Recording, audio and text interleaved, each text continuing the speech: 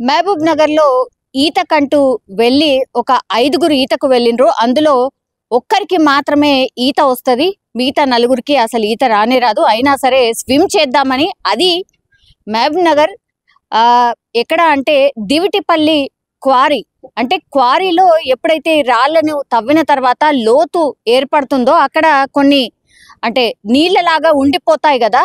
So అందులో ఈతకని చాలా మంది ఇట్లా సమ్మర్ సీజన్ లో వెళ్ళడం, చాలా ఇన్సిడెంట్స్ అయితే జరిగినాయి. అట్లా ఈతకు వెళ్ళి చనిపోయిన సందర్భాలు చాలా ఉన్నాయి. అయినా సరే పాఠాలు ఏం నేర్చుకోవట్లేదు. మళ్ళీ అదే ఈత సరదాతోని ఇప్పుడు క్వారీ దగ్గర ఉన్నటువంటి ఆ నీటి కుంటలోకి 5గురు వెళ్ళడం జరిగింది. ఆ 5గురిలో కేవలం ఒక్కరికి మాత్రమే ఈత వస్తుంది, మిగతా 4గురికి రాదు.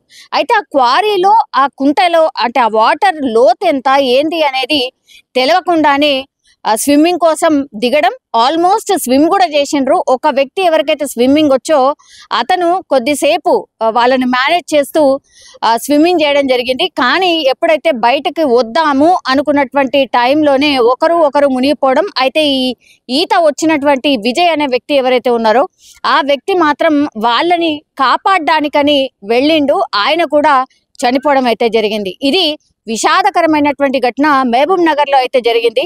సో నీళ్లతోనైతే నిజంగా నీళ్ల లోతు తెలుసుకోవడం చాలా చాలా కష్టం. అట్లాగే ఇట్లా క్వారీ దగ్గర ఏర్పడినటువంటి ఈ కుంటలు ఏవైతే ఉంటాయో అవి అత్యంత డేంజరస్.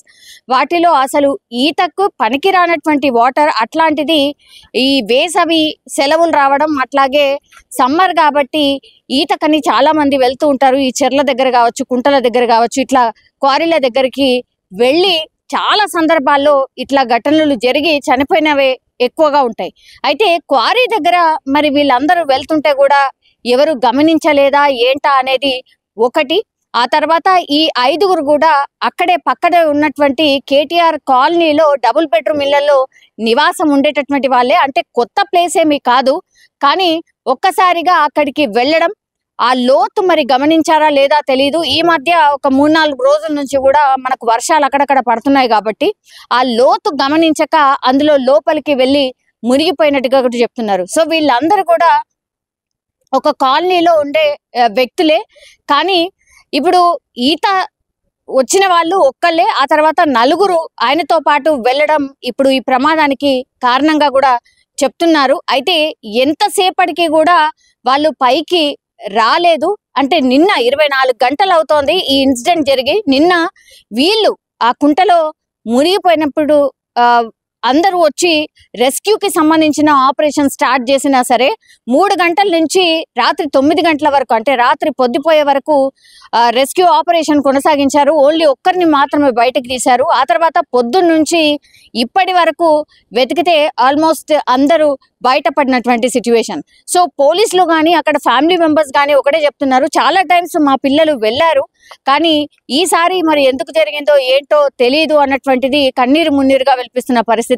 వీళ్ళు ఎవరైతే మునిగిపోయారో వాళ్ళందరూ కూడా ఎవరికి కూడా మ్యారేజ్ కాలేదు. అందరూ కూడా 26, 25 అండ్ ఇట్లా 18 ఏళ్ల వయసు ఉన్న వాళ్ళే కేవలం. సో వాళ్ళందరూ కూడా మునిగిపోయారు. ఇప్పుడు ఆ ఫ్యామిలీ మెంబర్స్ అందరు కూడా కన్నీరు మున్నీరుగా విలపిస్తున్న పరిస్థితి.